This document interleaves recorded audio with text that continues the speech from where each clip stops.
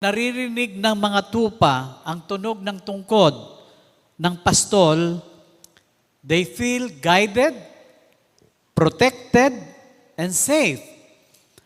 At ang pamalo naman ng pastol, ang ginagamit niya sa mga gustong lumapa o pumatay sa mga tupa katulad ng mga leon o tigre.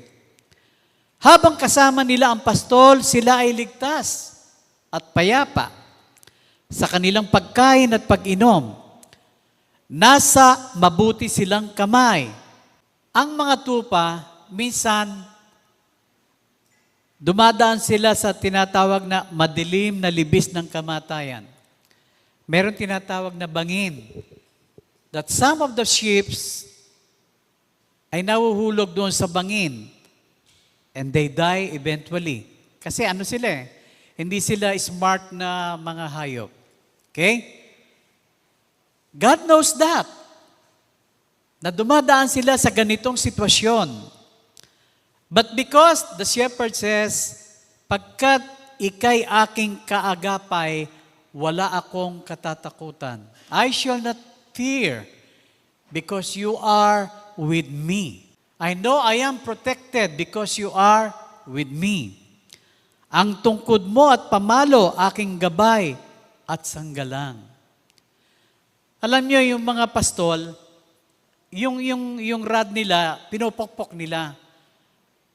Dahil malabo ang mata nila, hindi sila good sighted ang mga tupa, ang pinakikinggan lang nila yung rod.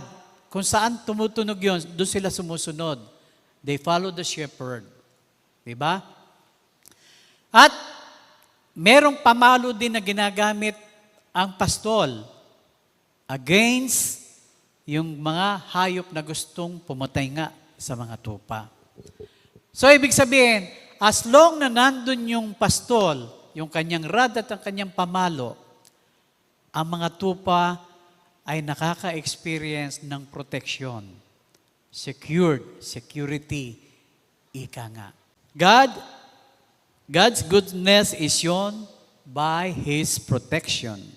Basahin natin ang awit 91, verse 3. Sa panganib at bitag, ikay kanyang ililigtas, at kahit anumang matinding salot, ay di ka magdaranas. Verse 4.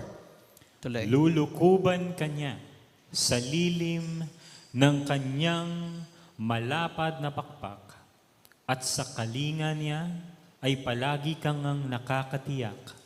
Iingatan niya't ipagsasanggalang pagkat siya'y matapat.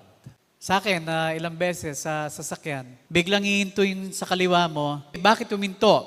Yung pala, may paraan pala. No, dadaan sa kanya. Sa akin, nandito ako sa kanan, I continue to go on. Hanggang sa talagang muntik ng tamaan yung mama na dumaan na nakabisikleta. So yung mga ganun ba, na muntik ka ng makadisgrasya, muntik ka ng madisgrasya, but still, nandun pala ang kamay ng Diyos.